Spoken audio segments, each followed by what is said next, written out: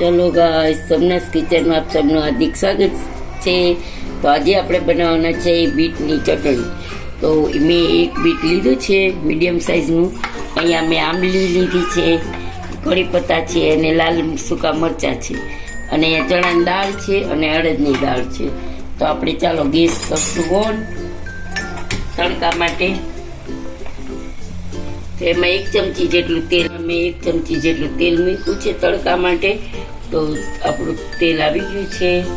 તો જીરું નાખ્યું છે, થોડીક રાઈ નાખી છે, અને પછી આપણે નાખશું 1 ચપટી હિંગ. પછી નાખશું આપણે ચણા દાળ, પછી આપણે નાખશું અડદની દાળ.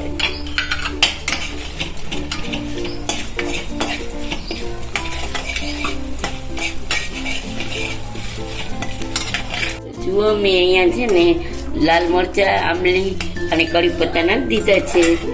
તો હવે આપણે બીટ નાખી દેવાનું છે. તો બીટને થોડું સોતે કરી લેશું એટલે બીટ આપણું થોડું ચડી જશે. સ્વાદ અનુસાર આપણે નિમક નાખશું, અને ખટાશ તો નાખી દીધી છે એટલે બીટ આપણું ગળ્યું જોઈએ એટલે થોડી કમસથી ખાંડ નાખશું. આપણે પીસવા ટાણે નાખશું. ગેસ કરી દીધો છે બંધ.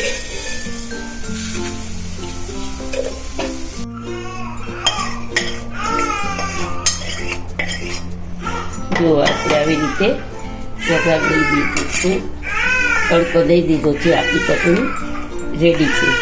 જો આજનો ગાઈસ આપણી આ બીટની ચટણી રેડી છે. તો જોઈ શકો છો કે કેટલી સરસ લાગે છે, ખાવામાં પણ સરસ લાગે છે.